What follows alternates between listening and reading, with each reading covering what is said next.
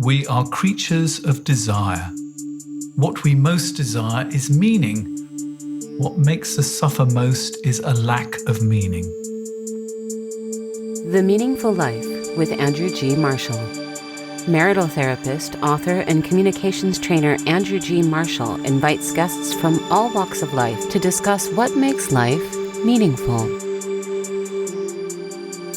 Welcome to The Meaningful Life. I'm Andrew G. Marshall, and our edition this time is just a little bit different because I have no witness into what makes life meaningful. What I'm going to be doing is looking at 10 things I've learned from my guests. Now, I started this podcast because deep down, I couldn't answer the question, what makes life meaningful alone? I needed other people. I needed as many answers as possible. And so therefore I started the podcast, got lots of witnesses together to see what I could learn and could help me on my own personal journey towards meaning. So it seems like a good time to look back and see what I've learned from my guests. The first thing I've learnt is the importance of kindness. I must thank Tracy Cox, who was my very first ever witness. We talked about great sex after 50, and she thought that the best ingredient, the key ingredient for good sex, in fact, probably at any age, but in particular after the age of 50, was kindness. Now, my immediate thought was that actually kindness isn't really very sexy. I don't want somebody to have sex with me because they're being kind. I want them to do it because they love me or they're feeling passion or all sorts of other things. But in a long-term relationship where you love someone, kind, if you're not 100% in the mood when your partner is in the mood, is something that is really wonderful. Because if you enter into that space, that sexual space, even if you're not 100% in the mood, you could find that you would get into the mood. And you could end up having beautiful sex together. But sometimes we don't go into that space because both of us have to feel that we want sex at exactly the same time. And that doesn't actually happen very often. And one of the ways of having more sex would be to be kind to one another, so that if you're invited into the sexual arena, you can use the kindness to your partner to come into the sexual arena. And I think most times we'll find that we are going to get sexual too. Unfortunately, I think our society, for very good reasons, is focused on the idea no one should have sex if they don't want it, which is absolutely brilliant. But we forget the second half, the sort of the contemplative statement I make about sex, which is no one in a loving relationship should have to do without sex they do want. So let me give you that again. These two things are equally important. No one should have sex they don't want. And no one in a loving relationship should have to do without the sex they do want. And how do we make both of those things true? Well, we use kindness to help us along. It was interesting. I was talking to one of my clients the other night, and he was talking about listening to Iggy Pop, of all people, who was being interviewed. And he said his great ambition was to be kind. Now, Iggy Pop is the sort of renegade who you think the last thing he would be interested in was being kind. But kindness is something that is really, really underlooked. It's sometimes difficult to be kind on a day-to-day basis to your partner, to be tolerant and see them coming with the best of intents rather than the worst of intents. So really, being kind to your partner and kind in the world in general is possibly a spiritual path. So I'd like to say thank you very much to Tracy Cox for reminding me about the importance of kindness. Let's move on to the second thing I learnt from my guests. And the second thing I learnt was we are all the same. We are all the same. I must thank my guest Finn Ballard, who talked to me about being a trans man for this one. Now, I wondered about this show. I thought it might be too specialist, and would other people be able to relate to the issues of gender and being a trans man? Would it actually be useful for a general listener? And what's been fascinating is that this is the program of all of my editions of the podcast, The Meaningful Life with Andrew G. Marshall, that I've had the most feedback on and the most comments. And I've had so many thanks from people. From one of my friends, he said, I wish I'd heard it when I was younger. From someone I met on the street here in Berlin, where I live, who knew about the podcast and had listened to it, spoke particularly about this incident and this particular edition. So what is it that made this episode so powerful? I thought it was going to be about gender, but what it was really about was being true to yourself. Because Finn discovered at a young age that he was a man, although to the outside world, he was a woman. And actually having the courage to walk this difficult path, to be true to himself, was something that was a very powerful witness story. And so what I learned is if I go deep enough, the story is for everyone, because ultimately we're all the same. We've all been blessed with messages from our parents, from society, everybody we know and love, that we should do something, for want of a better way, the normal way.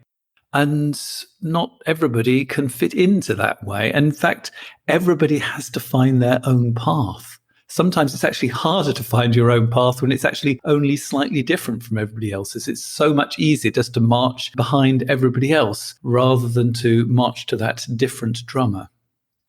And in fact, actually, I had a chance to relearn this message in an upcoming edition, which is about mothers and daughters. Toro, who's half my age and is a woman, she's black, I'm white, we come from different parts of the world. But when we both talked about our mothers, we could have been twins. We have more in common than what divides us. So thank you very much, Finn, for reminding me of this. And the edition with Arturo is coming up very shortly, so listen out for that edition. What is the third thing I've learned from my guests this year on The Meaningful Life?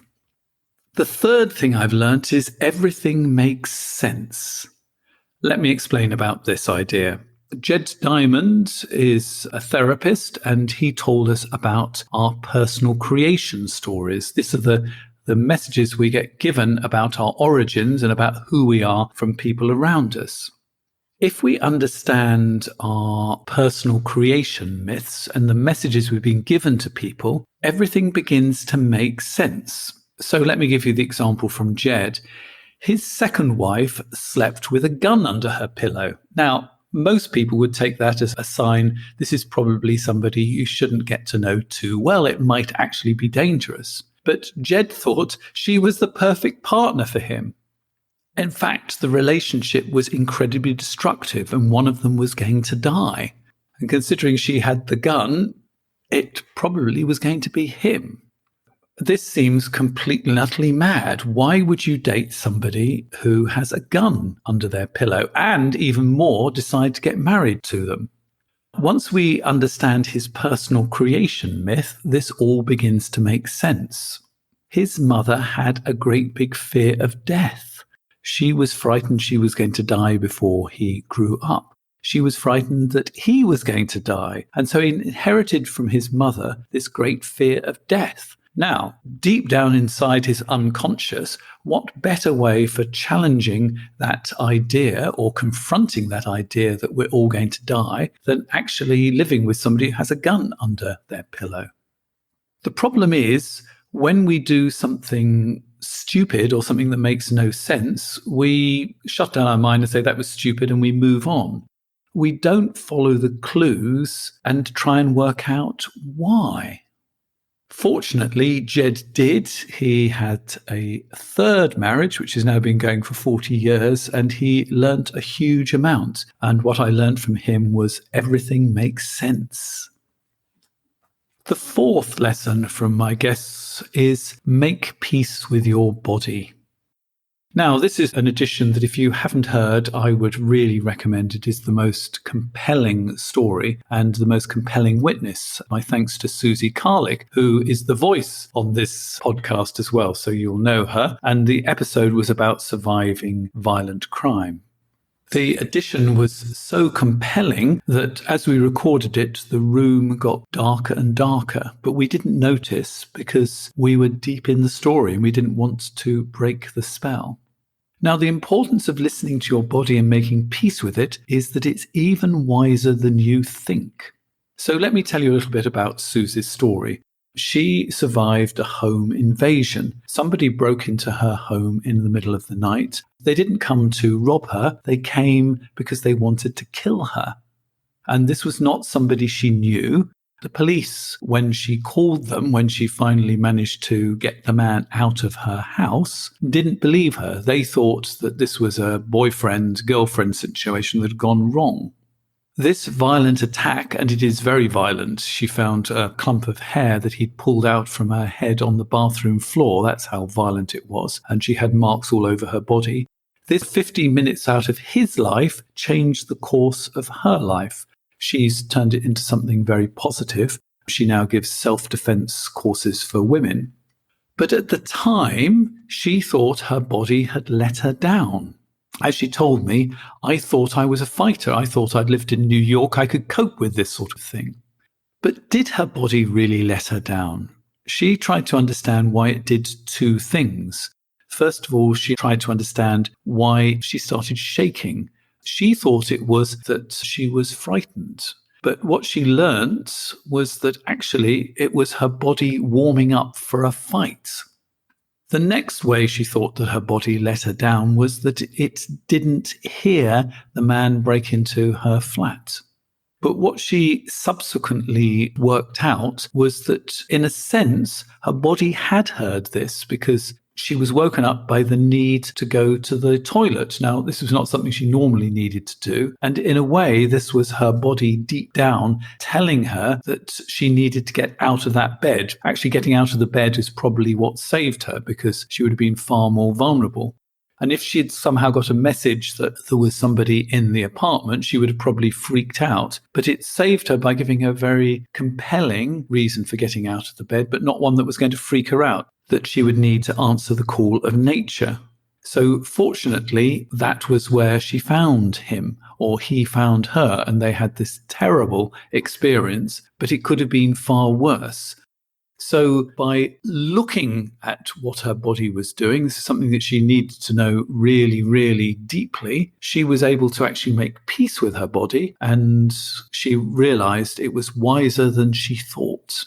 As I say, this is one of the most compelling stories in the series. If you haven't heard it, please do go and have a listen, because I think you will be moved, and you might even think about taking some self-defense lessons yourself. What is the fifth thing I learnt from my guests on The Meaningful Life? Well, the fifth thing I learnt was to be upfront, and this one came from Charlotte Fielder.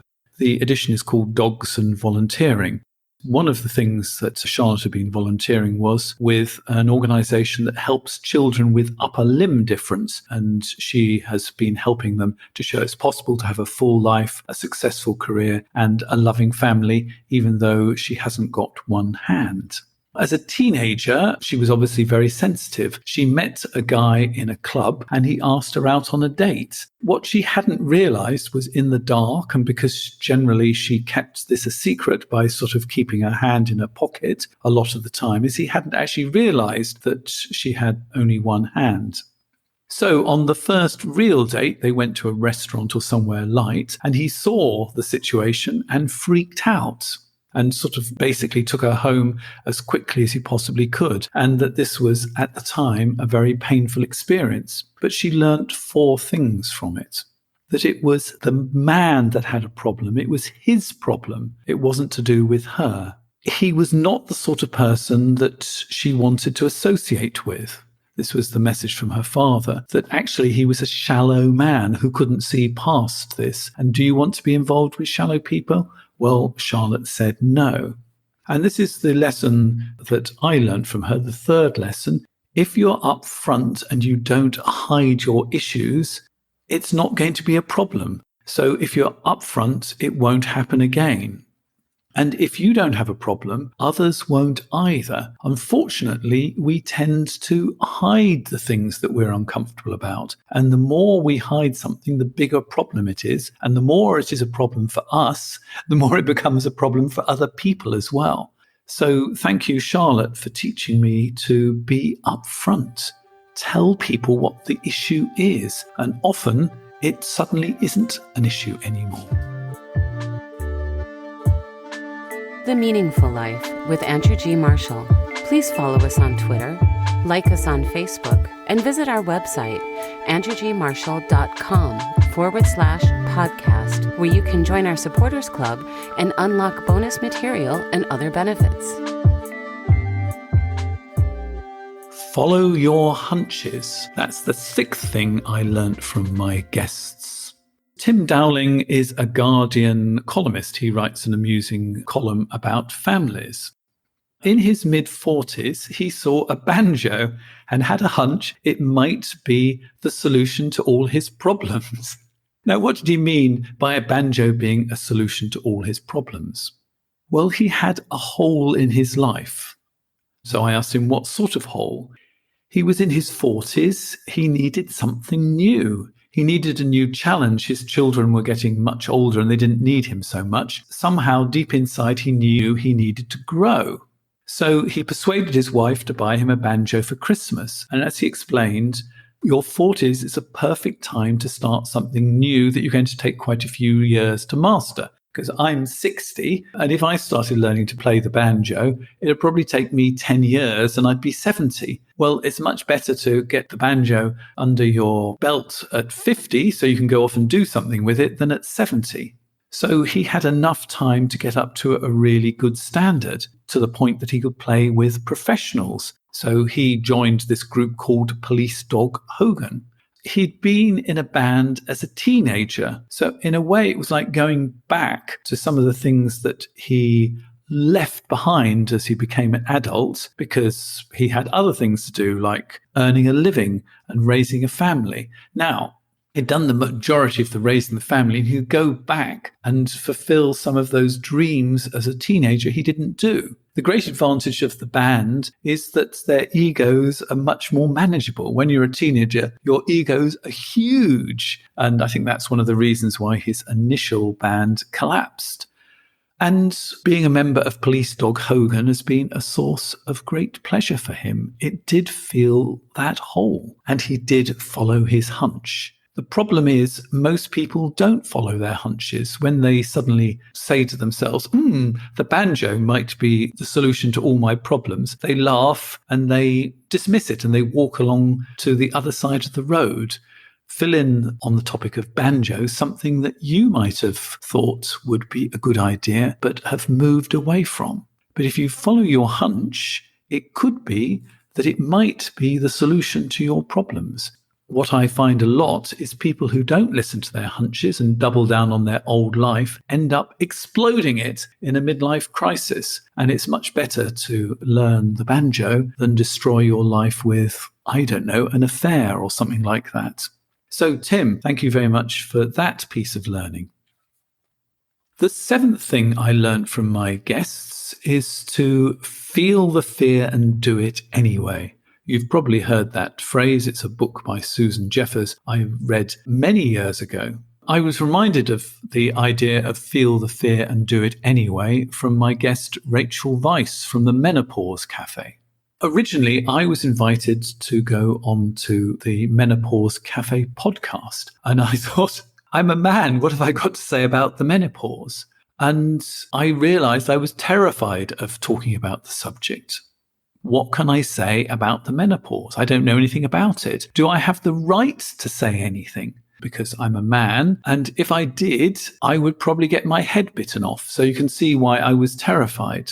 But actually, when I'm terrified of something, that's often a very good reason for me to do it, because there's going to be something important that I'm going to learn, like feel the fear and do it anyway. Well, Rachel and I got on wonderfully. The edition was really interesting. What we realized as we talked together is there's almost a taboo about men and women talking about the menopause. It's sort of something women should talk about all on their own.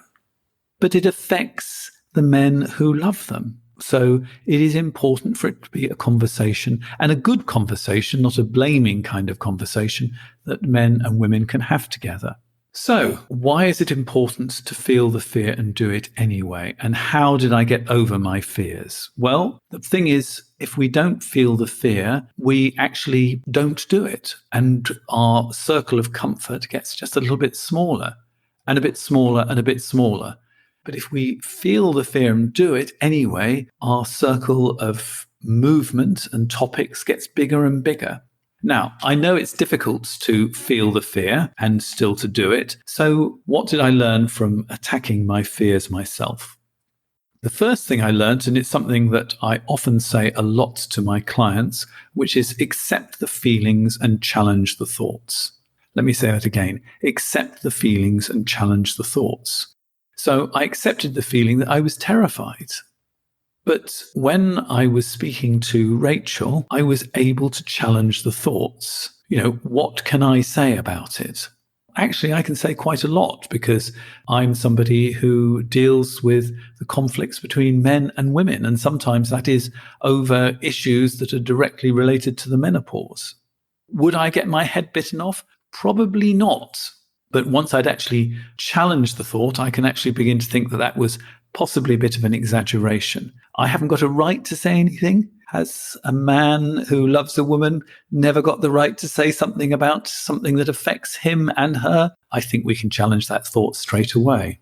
So what I did was I accepted the feelings and I challenged the thoughts.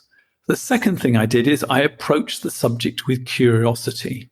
And this was genuine curiosity, because if I'm not afraid to make mistakes, and this is the third element of it, that people will respond with kindness. Because, if I do actually ask a silly question, if I'm asking it from a genuine place of curiosity rather than blame or trying to put somebody down, they're not going to be upset about it.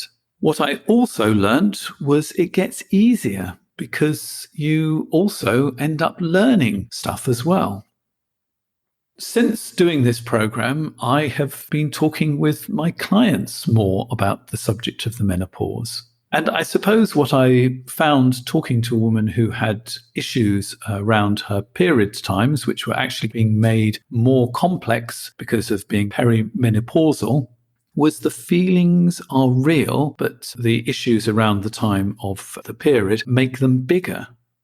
And that if other people deny those feelings, it makes them bigger and the whole situation worse. So it's important to feel the fear and do it anyway. And my thanks to Rachel for helping me do that. And as I say, it's a bit of a taboo breaker, so you might like to listen to that edition as well. We never get over this grief thing. This was a lesson from Joe Horton from the Guild of Dads. He lost his mother at 18 when she was involved in a traffic accident.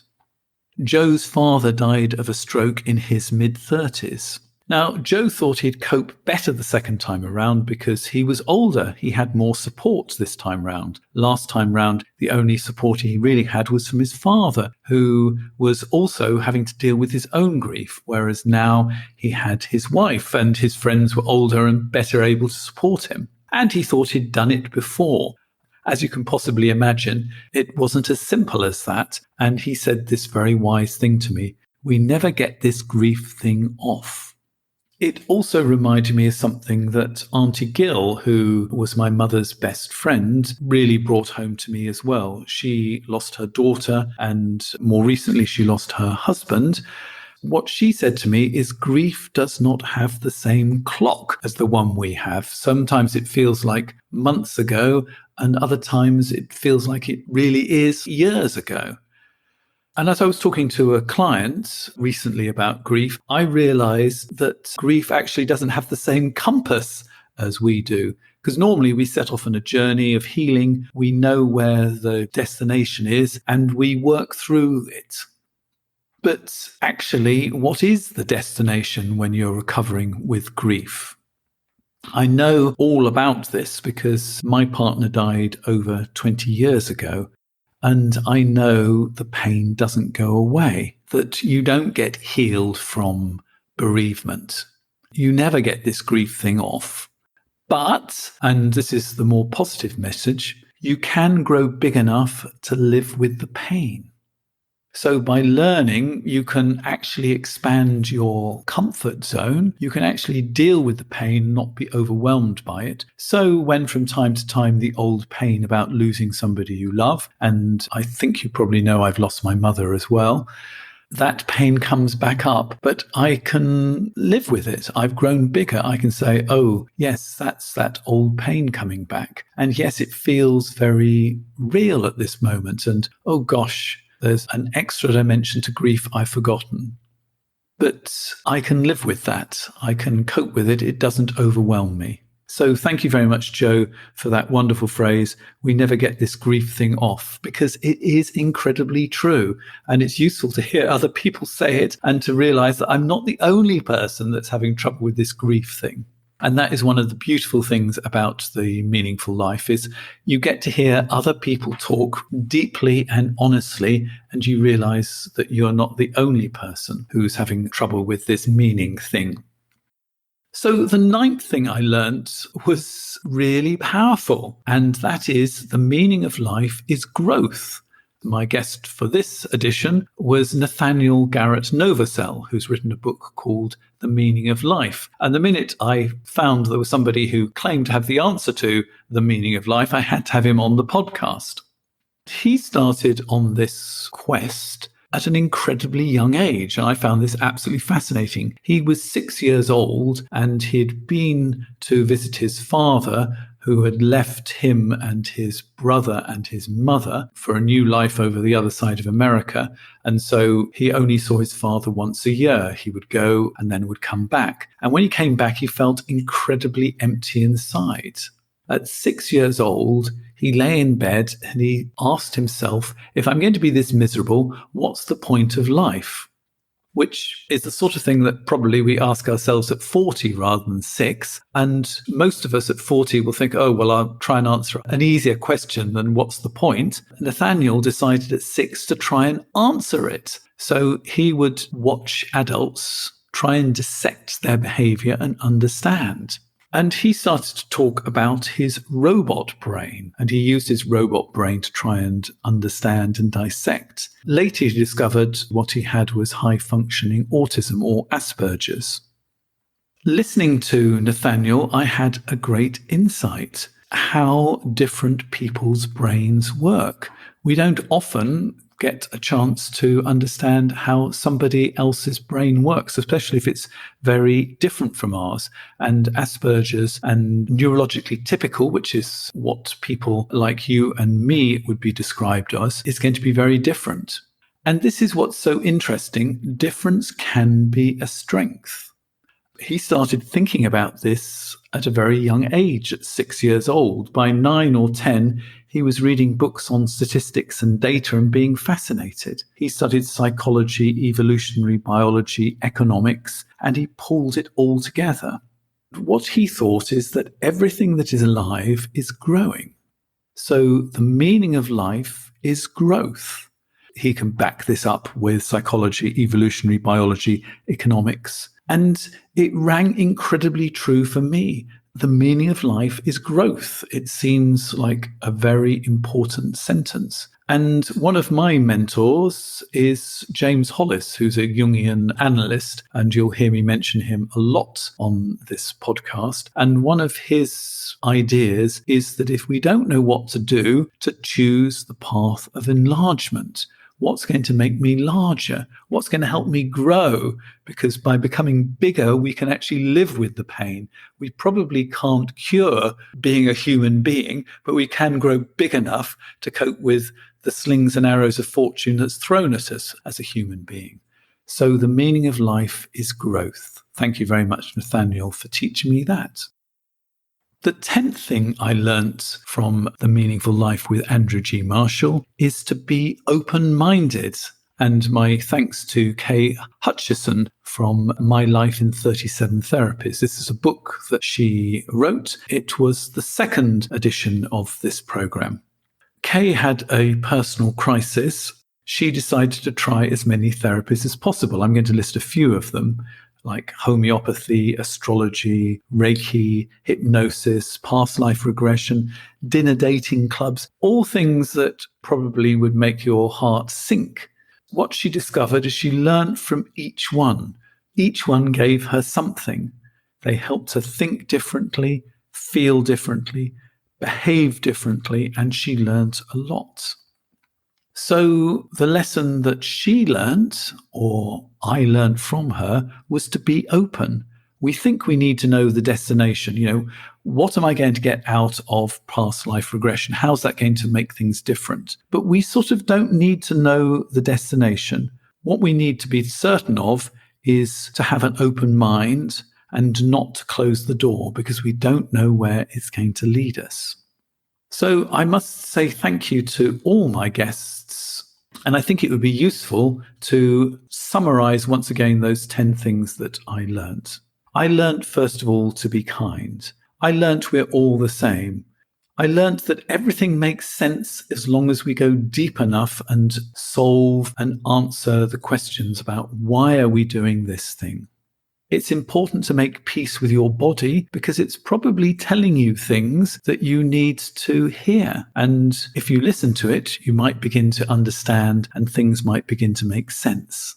If we're upfront about our issues, they become less of an issue. Other people are less likely to freak out, and you can actually negotiate with them about it.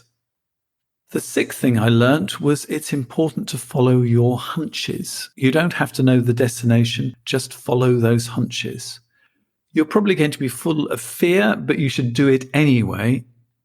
We never get over that grief thing, and this is my promise, but you can grow big enough to live with the pain, because the meaning of life is growth, and we have to be open. So I think I learned something that was really important from my guests in The Meaningful Life. And I hope that you've learned something important, and I hope that you're going to continue to listen to the series. I've got some great episodes coming up. There's an episode on gratitude. So instead of asking when things get difficult, why me, to ask the question, what can I learn? I think you'll find that episode really important. And I think that you'll find the edition on facing the mother wound really interesting, because Etoro, my guest, didn't just talk about her mother with her therapist. She actually had the courage to speak to her mother about the issues, and something melted inside and it improved her relationship with her mother. So I think you'll find that edition really useful as well. And there's many more exciting editions coming up. If you found this particular podcast useful, why don't you become one of my supporters? It costs money to put this podcast together, and it would be really helpful if you could help me. And at the same time, you get all of these benefits. You'll be able to write letters for me and my guests to discuss. There's bonus materials on all the editions where you can hear with my guests the 3 things that they know to be true. And we will talk together about what we've both learnt from these encounters. Why don't you also review this podcast? Spread the word to your friends, and let's make the next year a meaningful year. Thank you for joining me today. You've been listening to The Meaningful Life with Andrew G. Marshall. You can follow Andrew on Twitter, like him on Facebook, and please leave a review wherever you consume your podcasts. Making, editing, and distributing The Meaningful Life comes with substantial costs, and we'd like to ask for your help. Visit our website, andrewgmarshall.com/podcast, where you can join our supporters club and unlock bonus material for every program, send in a letter to be discussed by Andrew and his guests, and join a community of other people seeking to make their life meaningful. At the gold level, you get even more benefits. Production of The Meaningful Life with Andrew G. Marshall is by Michael Dooney. Social media by Madeleine Healy. Sound engineering and theme tune by Sebastian de la Luz Mendoza. And I'm Susie Colick. Please tell your friends and spread the word. Thank you.